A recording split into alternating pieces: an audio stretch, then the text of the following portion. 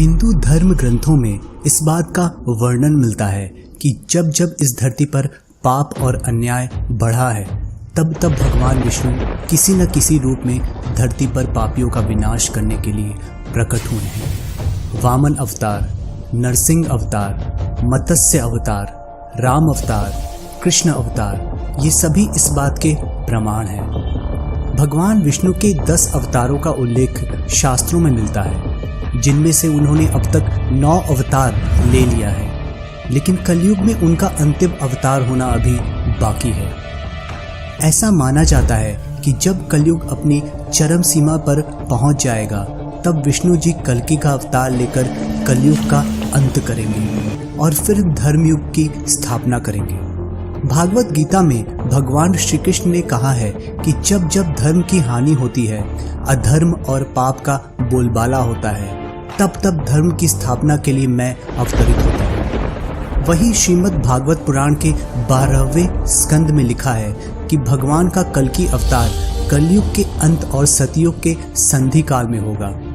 शास्त्रों की माने तो प्रभु श्री राम और श्री कृष्ण का अवतार भी अपने अपने युगों के अंत में ही हुआ था।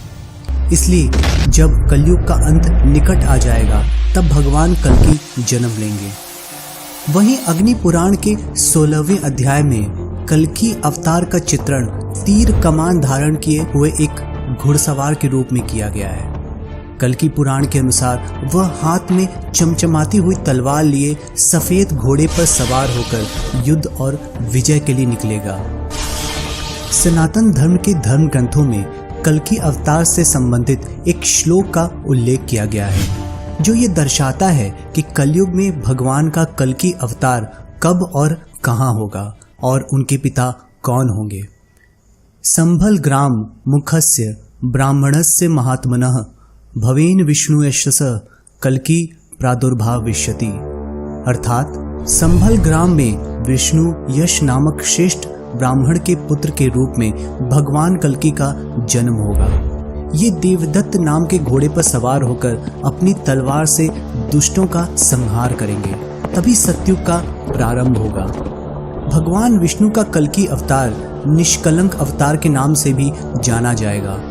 इस अवतार में उनकी माता का नाम सुमति होगा।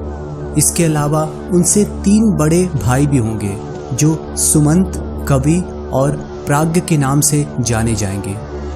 याज्ञवल्क्य जी उनके पुरोहित और भगवान परशुराम उनके गुरु होंगे। विष्णु पुराण में कलयुग से संबंधित कई जानकारियां दी गई हैं, जिसके अनुसार इस युग में पाप इतना अधिक होगा कि पूरी सृष्टि का संतुलन ही बिगड़ जाएगा। मनुष्य की आयु घटकर 20 वर्ष ही रह जाएगी। कलयुग में लोगों के बाल अल्पायु में ही सफेद होने लगेंगे। पुराण में बताया गया है कि चालाक और लालची व्यक्ति को कलयुग में विद्वान माना जाएगा। शास्त्रों और वेदों का पालन कोई नहीं करेगा। धर्मगुरु अपने फायदे के लिए लोगों का इस्तेमाल करेंगे। पुराणों के अनुसार कलयुग के 5000 वर्ष बीत जाने के बाद पृथ्वी पर पाप का साम्राज्य होगा।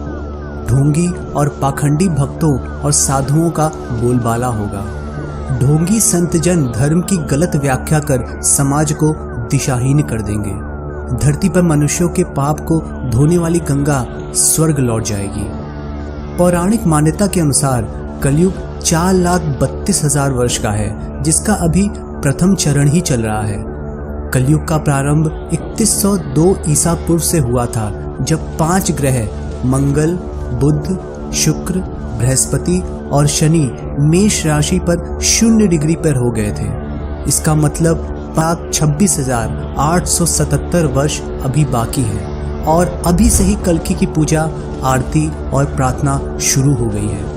वहीं जानकारों का कहना है कि ये अभी से नहीं, करीब 350 साल से उनकी पूजा जारी है। दोस्तों, अगर हमें सतयुग में जन्म लेना है तो ईश्वर की शरण में जाना होगा। वही हमें कलयुग में लोभ, मोह, माया से दूर रखेंगे और उनकी कृपा से ही हम कलयुग में अच्छा जीवन जी सकते हैं। अगर आपको वीडियो पसंद आया तो सब्सक्राइब और लाइक ज़रूर कीजिएगा। अगर आपके कोई सवाल है तो आप हमसे कमेंट के माध्यम से पूछ सकते हैं। अब आपसे अगली वीडियो में मिलता हूँ। जय श्री राम।